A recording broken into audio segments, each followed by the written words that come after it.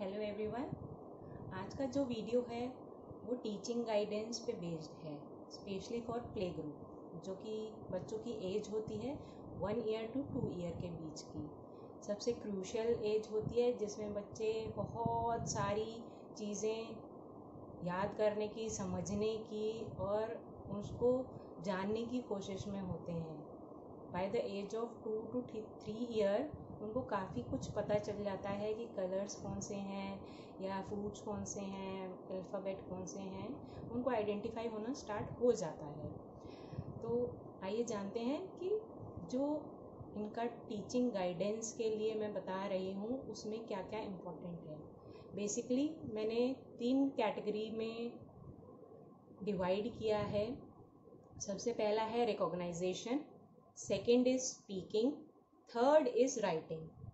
तो सबसे पहले रिकॉग्नाइजेशन की बात करते हैं। ये एक रोज़ है, फ्लावर।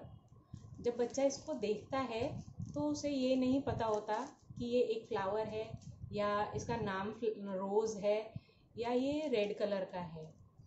कलर का नाम नहीं पता होता है उन्हें उस टाइम पे। हमें बताना होता है कि ये रेड कलर का है, इसका नाम रोज़ है और ये एक फ्लावर है। सबसे पहले बच्चों को कलर्स ही अट्रैक्ट करते हैं, चाहे वो खाने में हो, चाहे वो उनके टॉयज़ में हो या उनकी सराउंडिंग्स में हो या उनके कपड़ों में हो। सबसे पहले वो कलर से ही अट्रैक्ट होते हैं। तो हमें बताना तो है पूरा कि ये रोज़ है। सबसे पहले कलर इसका, ये रेड कलर का है, ये रोज़ है और ये फ्लावर है। बच्चे को सबसे पहले कलर बताना है उसका, क्योंकि उनको सबसे पहले कलर याद रहेगा कि ये रेड कलर का है। उसके बाद आगे जाके बच्चों के इस प्रोसेस में ही करीबन 6 महीने से 1 साल करीब लग जाता है कि उनको ये पता लगने में कि रेड कलर के बाद इसका नाम रोज़ है और ये एक फ्लावर है।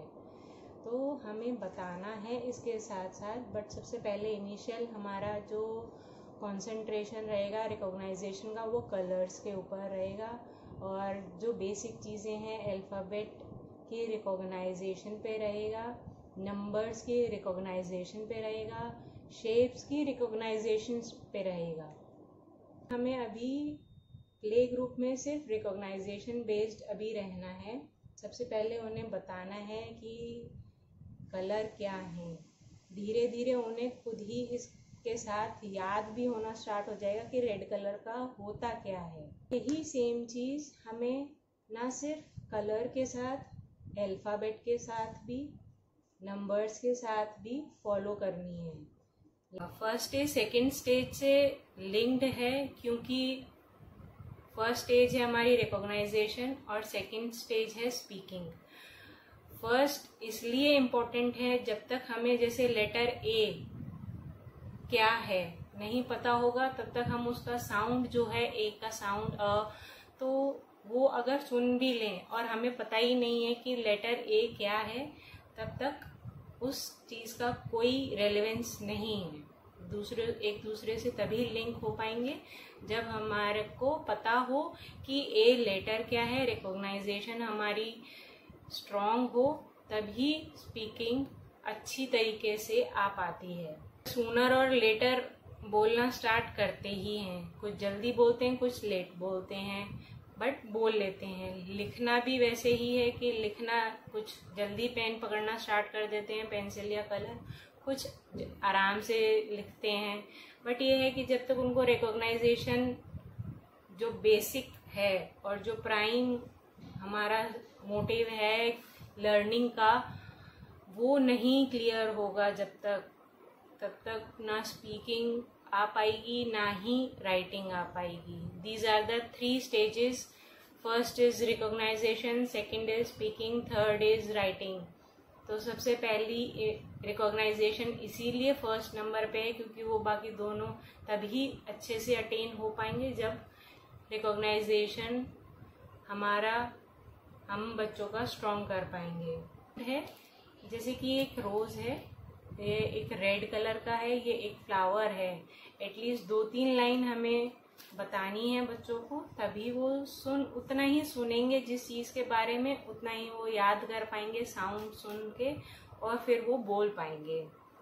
जितना ज़्यादा हम बोलेंगे बच्चों से उतना वो सुनेंगे। वेदर उनको हम प्यार से कहें कुछ, या डांट के कहें, या कुछ समझाते हुए कहें, every time they are listening. वो हमें सुन रहे हैं और समझ रहे हैं कि हम क्या कहने की कोशिश कर रहे हैं। चाहे हम हिंदी में बोल रहे हो, इंग्लिश में बोल रहे हैं, आपकी अदर कोई मदर टंग है उसमें आप बात कर रहे हो, वो बच्चों को धीरे धीरे जाके वो भी बोलना कैसे सीखते हैं, इसी वजह से सीखते हैं। जब हम उनसे बात करेंगे वो सुनेंगे और फिर वो तभी बोल पाएंगे।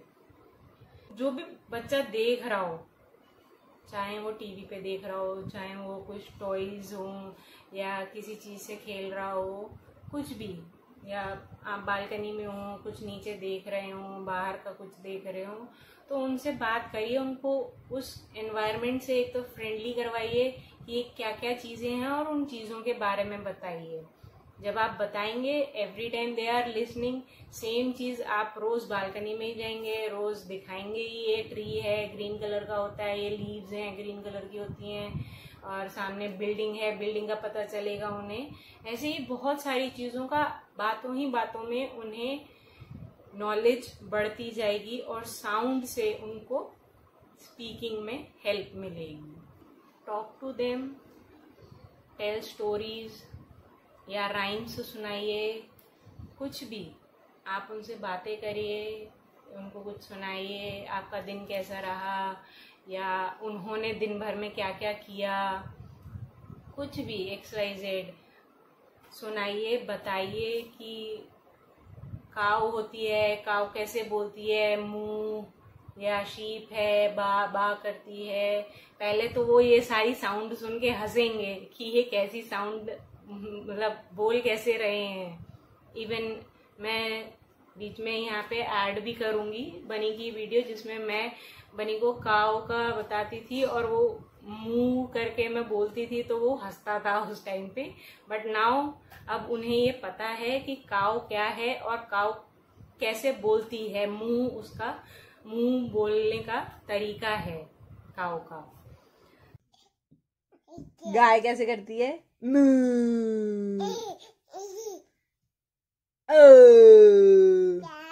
गाय। तो उसमें उनका नॉलेज भी बढ़ेगा। और चाहे तो आप दूसरे बच्चों की भी वीडियोस दिखा सकते हैं, ज़रूरी नहीं है कि कोई कार्टून ही हो, राइम्स की भी आती हैं। और इससे बेटर है कि आप 2-4 राइम्स याद कर लीजिए और इन एक्ट करके बच्चों को बताइए। और मैं भी नेक्स्ट वीडियो में बताऊंगी कि कैसे कैसे आप इन एक्ट कर सकते हैं राइम्स को अपने बच्चों के साथ, जिसमें वो भी इंजॉय करेंगे और सुनेंगे भी, उनके फिजिकल एक्टिविटी भी होगी और हो सकता है स्पीकिंग भी उनकी और अच्छी हो जाए साथ साथ आपके राइम्स बोल के। और साथ में राइम्स तो याद होंगी। और एल्स लाइक ओल्ड टाइम्स की उनको ABCD गा के सुनाइए और ट्विंकल ट्विंकल सुनाइए। जो भी आपको राइम्स याद हो, नहीं हो तो याद करिए 2-4 राइम्स और उनको सुनाइए, ताकि उनके बोलने के लिए वो रेडी हों। जितना ज़्यादा आप सुनाएंगे और उतना वो सुनेंगे, उतना वो बोलने के लिए तभी रेडी हो पाएंगे। For their speaking we have to speak with them, we have to talk with them। मतलब बातें और सिर्फ बातें करिए उनसे, उन्हें कुछ भी बोलिए, बताइए, बस उनके कानों पे साउंड आती रहनी चाहिए। और फिर जब वो बोलना स्टार्ट करेंगे तो आपके पास कोई ऑप्शन नहीं होगा, आपको सुनना ही पड़ेगा। Now let's move to the third stage, जो कि है राइटिंग। ये बच्चों की अराउंड 3.5 से लेके 4.5 और 5 तक अराउंड ऑफ एज ये अटेन होती है। Standing line, sleeping line start हो जाती हैं, but I am talking about writing proper, कि बच्चा लिख पाए, वो थोड़े टाइम बाद आता है बच्चों को। बट स्टार्टिंग उनकी 3.5 से हो जाती है पेंसिल होल्डिंग की।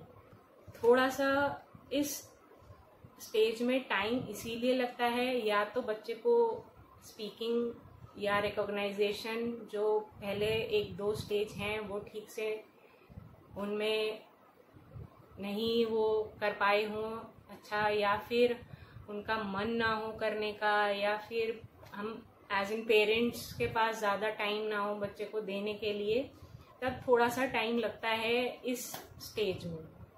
अदरवाइज अगर हम डेली रूटीन में 15 minutes to half an hour भी बच्चे को पेंसिल होल्डिंग अगर हम पकड़ के करवा दें, तो उन्हें रोज़ के रोज़ अगर 15 मिनट से आधा घंटा हम दे रहे हैं, तो बहुत जल्दी इन सेंस कुछ महीनों में या साल भर में और जल्दी उन्हें वो चीज़ आ जाएगी। मैं नहीं कह रही कि हफ्ते 2 हफ्ते में आ जाएगी, बट हाँ, उन्हें पेंसिल होल्डिंग बहुत जल्दी सीखने में आ जाएगी अगर हम उन्हें पकड़ के करवाएंगे। और लेटर्स लिखना, लाइंस ड्रॉ करना उन्हें तभी आ पाएगा जब हम उन्हें एटलीस्ट 15 to 30 मिनट्स रोज़ देंगे। बच्चों की standing line, sleeping line, slanting line, curve line इन्हीं से होती है। मैं अभी end of the video syllabus is a big word for play group, but जो इस एज में उन्हें नॉलेज होनी चाहिए या वो अटेन कर सकते हैं, उनमें कैपेबिलिटी होती है ये सब जानने की, अगर हम उन्हें सिखाना चाहें तो वो क्या क्या होनी चाहिए वो मैं आपको बताऊंगी। कलर्स उनको करवाइए, वेजिटेबल्स में करवाइए, अल्फ़ाबेट में कलरिंग करवाइए, नंबर्स में कलरिंग करवाइए, तो इससे उनको कलर्स की भी नॉलेज होगी, अल्फ़ाबेट की भी, नंबर्स की भी नॉलेज होगी कि कौन सा नंबर 1 है, कौन सा 2 है।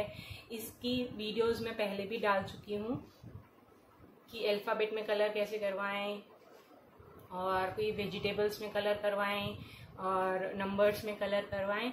ये थ्रू एक्टिविटी भी है और बच्चों को अच्छा भी लगेगा। कलर्स, फिर से वही बात, कलर अट्रैक्ट करते हैं बच्चों को। कलर्स के through we can tell them a lot. हम उनको बहुत सारी चीज़ें कलर्स के थ्रू बता सकते हैं। जो है क्या क्या रहेगा वो हम प्री नर्सरी जो रहता है उस वीडियो के टीचिंग गाइडेंस में डिस्कस करेंगे। ये बेसिकली प्ले ग्रुप के लिए है।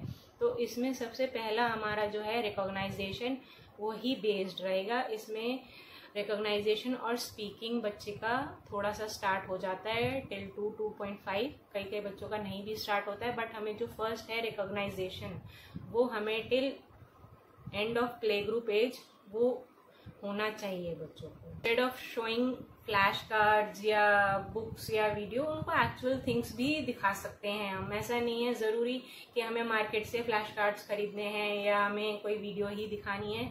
ये बेसिकली उन पेरेंट्स के लिए रहता है जिनके पास टाइम ज़्यादा नहीं रहता है, बट हमें बच्चों को टाइम देने की ज़रूरत होती नहीं है। वो जब बढ़ रहे हैं, when they are growing, they are in their learning stage, वो हर चीज़ से सीख रहे हैं। तो आप खाना बना रहे हैं, उनको दिखाइए ये रोटी है, या आप खाना खा रहे हैं ये स्पून है, हम किस में खाते हैं ये प्लेट है। तो जो जनरल उनकी सराउंडिंग है उसी को अगर आप बताते रहेंगे, उन्हीं चीज़ों से उनकी नॉलेज बहुत ज़्यादा बढ़ सकती है। बट हमें बताना होगा उनके लिए, उनको बातें करनी होंगी, उनको चीज़ों से फेमिलियर करवाना होगा। तो सबसे पहला तो बच्चे अपने बेडरूम में ही रहते हैं जब छोटे होते हैं, 6-8 महीने के, बहुत कम बाहर जाते हैं, बट अब तो जाने लगे हैं। तो उस टाइम पे वो बोलते नहीं हैं उतना, मम्मा पापा दादा दादी नानू नानी यही सब निकलता है बच्चों का, चाचू। तो मामा और काका और यही यूजुअल जो 2 सेम वर्ड वाले होते हैं वही निकलते हैं। जो अलग 2 वर्ड्स होते हैं वो बहुत कम निकलते हैं स्टेज पे, बट हमें उनको बताते रहना है। यू नेवर नो कब उनका अलग 2 वर्ड वाला जो वर्ड है वो सुनने को आपको मिल जाए। तो अगर आप उनको पार्क में नीचे टहलाने लेके गए हैं तो उन्हें बताइए ये ट्री है, ये रोड है, ये कार है, ये ट्री है। कुछ भी जो वो देख रहे हैं, नहीं भी देख रहे हैं तो आप दिखाइए और उन्हें बताइए कि ये चीज़ है, ये इस कलर की है, इसका नाम क्या है। बेसिकली हमें 1 से 2 साल की एज में उन्हें रिकॉग्नाइज करवानी है चीज़ें, तो उन्हें उनके बारे में बताना है, उनके कलर के बारे में बताना है, उस चीज़ के नाम के बारे में बताना है। सबसे बेसिक जो आपका रहता है कि बेडरूम में, लाइक ये बेड है, ये अलमीरा है, ये क्लॉक है, कुछ के रूम में टीवी भी होता है तो वो टीवी है, और लाइट है, फैन है, विंडो है, जो भी चीज़ है रूम में, बेडरूम में, वो बताइए उन्हें। वैसे ही सिमिलरली रोज़ बाथरूम भी जाते हैं बच्चे, तो ये टब है, ये टैप है, इसमें से पानी आता है, पानी से हम नहाते हैं। किस चीज़ से नहाते हैं? मग से नहाते हैं। और बकेट है, बेसिन है, मिरर है, टूथब्रश है, जो भी चीज़ें उनको दिख रही हैं, ये सोप है, सोप से नहाते हैं, शैम्पू है, बॉटल है, तो वो सब चीज़ें उन्हें बताइए, नहलाते जाइए उन्हें साथ साथ। और उन्हें बातों के लिए टॉपिक की जरूरत नहीं है, आप कुछ बताते रहेंगे उन्हें तो वो वैसे ही सुनते रहेंगे। ज़रूरी नहीं है आपको कोई एक चीज़ का टॉपिक चाहिए तो आप उनसे वो उस बारे में बात करें। जो भी आप देख रहे हैं या वो चीज़ कर रहे हैं वो उनको बताइए कि हम क्या कर रहे हैं, किस चीज़ से कर रहे हैं, क्या कर रहे हैं। तो मेन ये है हमारा प्ले ग्रुप के लिए कि recognition is the most important for their speaking and for their later on writing। तो सबसे पहले उनको recognition की जो स्टेज है वो अच्छे से कर पाएं, उसके लिए हमें ही उनके साथ मेहनत की कोई ज़रूरत नहीं है। सिर्फ उन्हें उस चीज़ के बारे में, अपने सराउंडिंग के बारे में बस बताते रहिए और बोलते रहिए उनसे। Thank you for watching. Keep subscribing, keep sharing. If you like the video, then do forward to other parents. Thank you.